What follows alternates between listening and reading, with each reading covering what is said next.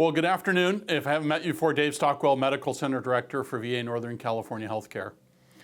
Have you noticed all those people walking around with the red coats on at our clinics, at the front counter, at the concierge unit, serving coffee, reading books on the ward, driving the parking golf cart to get people to and from their appointments?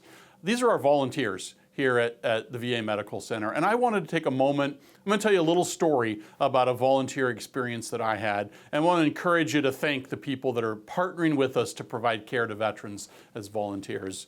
When I was the associate director at another VA Medical Center, they were doing a fundraiser at Christmas time where they were raising money through the American Legion Auxiliary for buying Christmas gifts for veterans that were in the hospital or in one of our substance abuse clinics, treatment areas where the veteran couldn't go shopping for their own Christmas gifts for their children, for their spouse and whatnot. And so they'd go buy gifts and let the patients choose them and give them.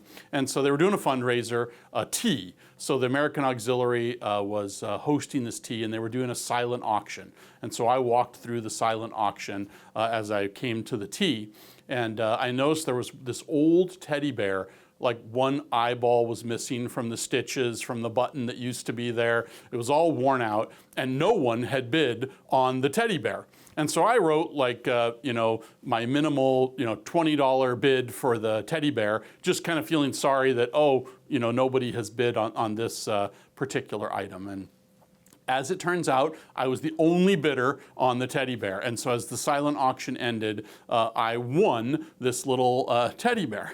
And as I'm going up to receive the teddy bear at the end of the auction, a lady is sobbing, crying in the back of the room. And it turns out she was the one that had donated the teddy bear to the silent auction. So I went up to talk to her and I said, "Ma'am, walk me through what you're thinking right here. How are you feeling?" And she said, my husband, who was a World War II veteran, who had moved to Alaska after the end of the war to try and settle things, had bought me this teddy bear on the Alaska Highway on our drive up to Alaska. And she said for 50 years, I had this teddy bear, at home with my husband. He passed away a number of years ago, and I've kept the teddy bear, and it has sat next to me, every night when I fall asleep. And she said, I was just so grateful for his life as a veteran and our marriage and what he meant to me. And I wanted to give back. And so she said, that's why I joined the American Legion to begin with.